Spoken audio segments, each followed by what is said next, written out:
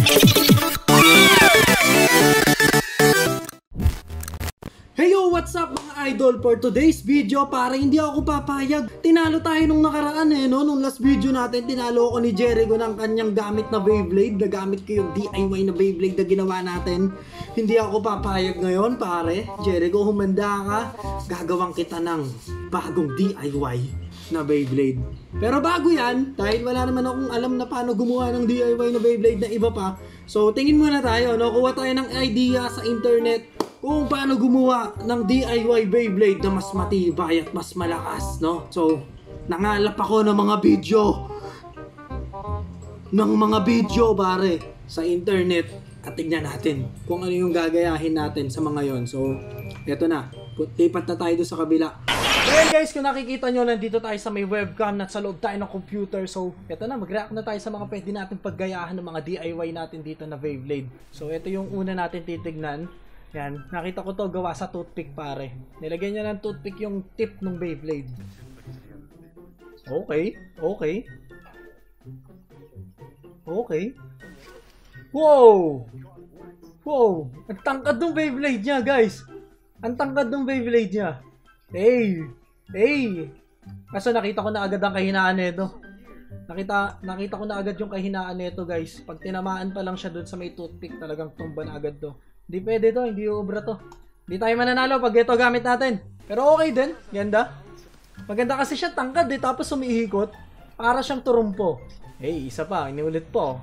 Tingin ko talo ulit yan, guys. O, diba? Matindi yung balance ng Beyblade, no? Kahit sobrang tangkad na gawa sa toothpick.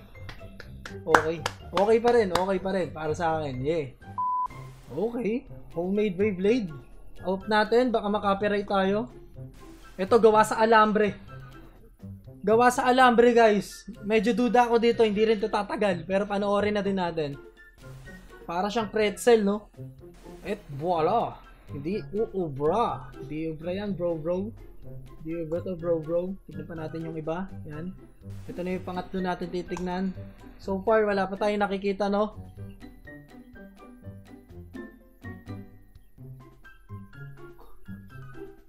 Wow! Gusto ko yung ganun, yung kumikislap-kislap. No, para astig. Ang angas, pare. Ang ganda. Oh, kaso nga lang wala siya tutorial kung paano ginagawa yun. Paano natin gagayahin yun? Parang yung malaki, gawa siya sa ano. Tingin ko, gawa siya sa bearing, pare, na malaki. No? Titingin tayo ng tutorial niyan kung meron sa YouTube. Titignan natin. Gagayahin natin yan. Okay, may isa na tayong idea. Nice. So para sa pang-apat, tingnan natin, nakakuha na tayo ng isang idea, no? No? Okay yun, okay yung idea na yun, pare. Durog yung Beyblade ni Jericho. Pero teka, Beyblade ko nga rin pala yun. So, durog pala yung Beyblade ko. Hey! Oops, teka lang. Makaka-copyright tayo dyan.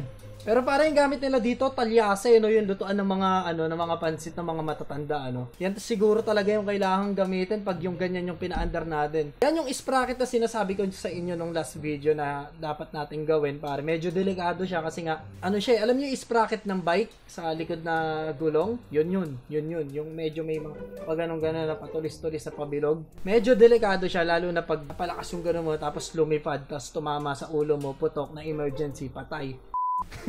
Patay agad. So ayan. Siguro gayahin natin din yan. Okay. Angas nito, boy.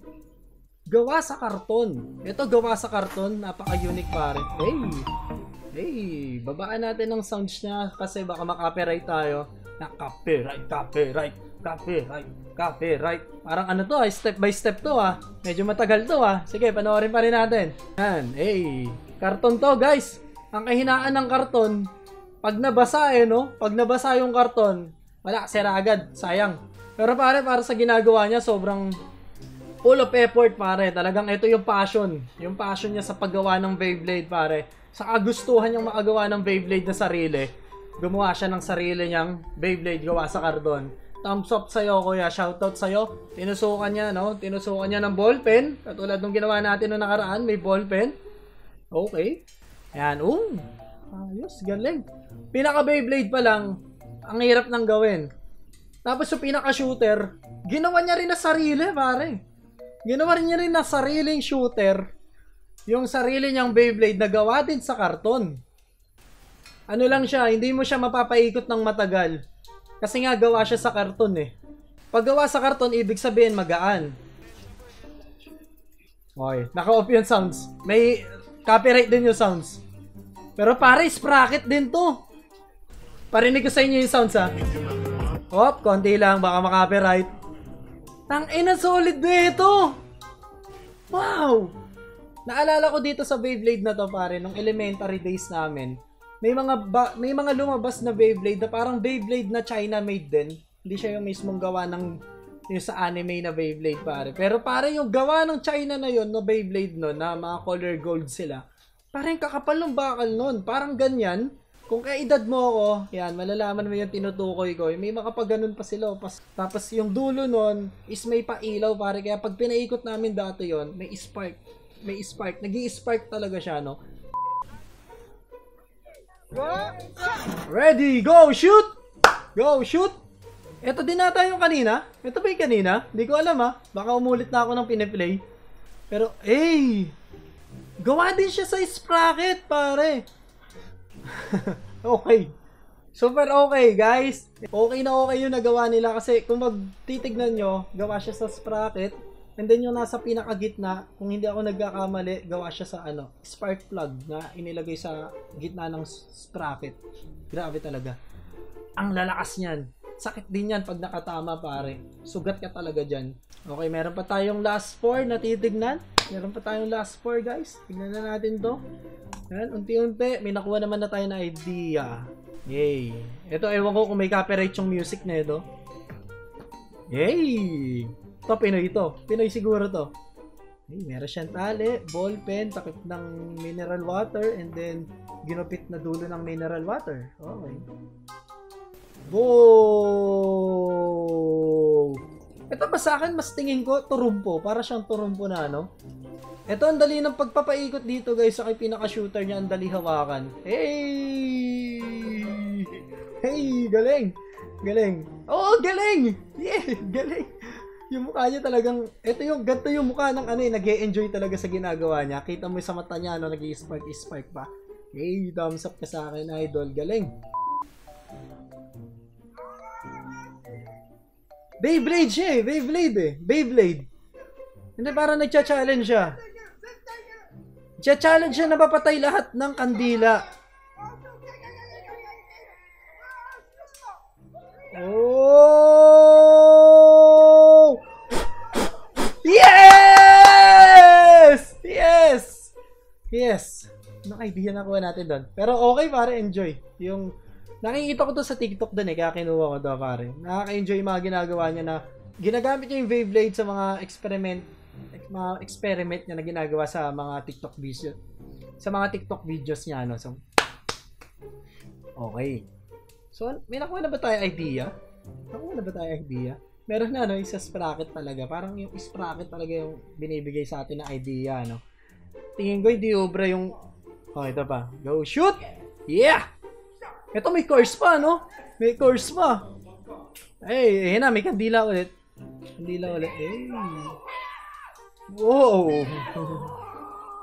Oh, sarap magkaroon ng mga kaibigan na ganito, gagi. May mga ganito akong kaibigan kaso nga lang mga busy sila kaya hindi ko masama sa mag-video natin tungkol sa mga ganitong Beyblade, Sa magkakaibigan kasi ako yung parang pinaka, isip bata, Pero okay lang, pare. Sama natin. Siguro sa susunod, sama ko yung mga tropa natin dito na, na tuturuan ko sila kung paano sila maging isip bata, Turuan ko yung paano maglaro ng Beyblade, pare. Guys, turuan ko guys kung paano maglaro ng Beyblade. Hey, copyright! Yay! Wow! Sa last video natin, pare, parang nagugustuhan ko na ang gawin natin is gawa sa guys. Gawa sa bearing, pare. Bearing and then sprocket yung gagawin natin next video. Pero nabitin ako sa mga napanood natin, Last na to. Wala na tayong papanoorin. Last video na to, pero ang dami na ito sa internet, guys.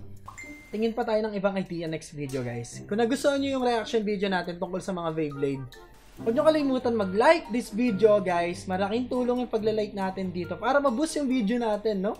Para makaabot pa sa mga ibang may hilig sa Beyblade. So ayun guys, hanggang dito na lang for today's video, guys. Ano nagustuhan nyo yung ginawa natin na reaction video sa pagkuha ko ng idea kung paano ko gagawa ng mas malakas sa DIY Beyblade na ipanglalaban natin kay Jericho. Dahil tinalo niya ako nung nakaraan. Sobrang dikit lang nung laban. No, nakaungos na ako sa kanya. Isang panalo na lang ako, naging 4-3, naging pagdating sa dulo, naging 5-4 pare. Babawian kita Jericho, ito na naghahanap na ako ng mga ideas natin dito. Panggawa at panglaban at pangbawi sa aking mapait na pagkatalo. So bye bye guys, let's go, kita-kits tayo next video. Okay, bye bye. Yeah.